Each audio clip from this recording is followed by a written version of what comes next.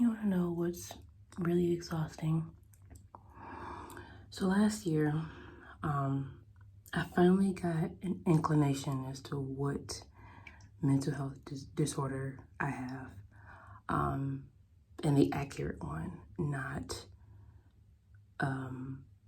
something that was incorrect or inaccurate or put on me in a heightened state. I talked about this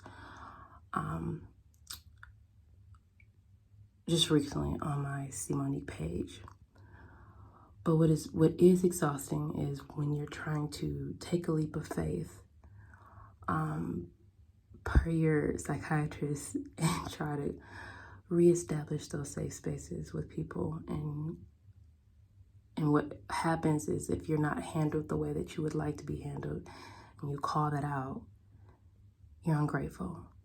And it's just like, y'all, nobody gets this shit. It is so exhausting to keep trying to just be understood and to keep trying to be heard. And not by people who I don't give a fuck about. I'm talking about people who I truly care about. Just trying to be seen for themselves. But again, when you've been performative for so long, people see you as one way. I'm still regarded in my family as the baby of the family, as if I'm not able to make my own decisions. And I've been dealing with things on my own my entire life.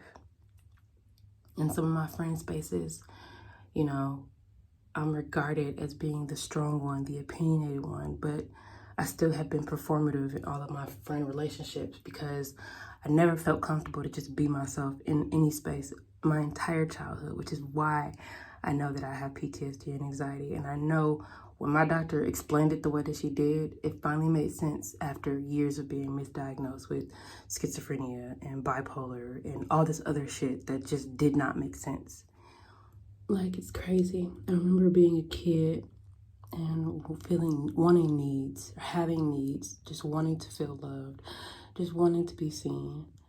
And I knew my parents had work and I knew they were tired, so I just kept making excuses for them. I mean, I have letters begging my family to see me. I remember I cried to my stepdad because I felt like my dad didn't want me because I wasn't a boy. And even to this day, there was a recent conversation that he had that, oh, there's just things you want to have with a son. Man, you're 60. You're not having any more kids. Stop making me feel like I'm not good enough. And then my parents don't understand why I pull away from them so much. You know, recently, through therapy, I've been understanding why I moved away so much. I love Milwaukee. I love this city, but this is the city that I learned to hate myself. And particularly, my parents' homes are the homes in which I learned to shrink myself. And it sucks to not have a single space to just be.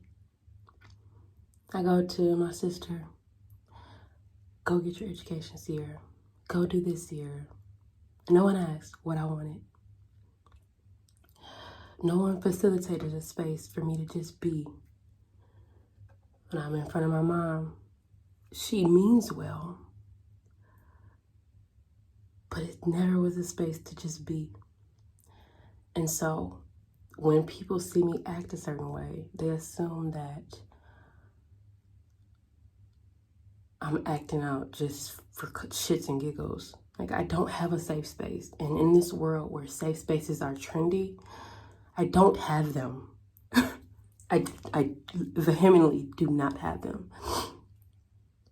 And it sucks to just be without expectations. I talk about this in my book with regard to unconditional love. And people say, yeah, I love you unconditionally. And I said, no, you love me until I'm not performing in the way that you need me to for you. And like I said, it sucks. You know, as soon as I'm doing something that's not respectable and not appropriate for my family traditions, I'm disregarded. And if I say these things out loud to people, then it turns in Sierra's spoiled. Sierra is she gets her own way. And I'm like, I don't get my own way. There's been many times that I wanted things and I needed things and I didn't get them. And I was accepting of it, trying to be understanding that that person can give me the things that they needed. But every time that I turn around, I go to somebody with a need to be seen, to just be heard. I didn't ask for $1. I'm not asking for a prayer. I'm not asking for a hug. Just listen to me and hear what I got to say. But it's okay. And in turn, I had to learn a lot of things. People don't realize how smart and resourceful I am because I had to do a lot of things alone, which required a lot of research on my own. So I don't love my family any less. I don't love my friends any less. But it really, really, really, really is exhausting to be in spaces, not my stomach growling, but it's really exhausting to be in spaces where you're not seen. So, but my book is dedicated to the little girl who was never seen. And reminding her that although childhood was really rough for you, you made some great things happen.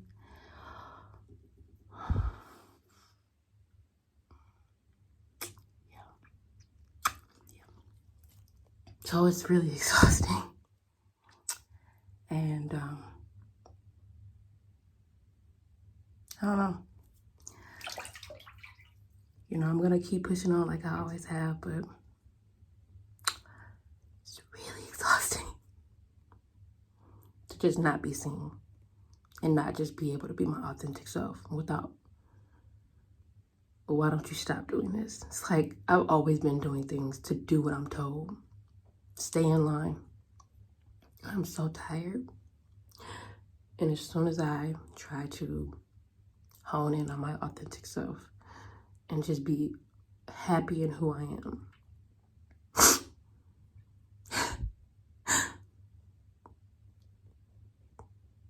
it's not good enough.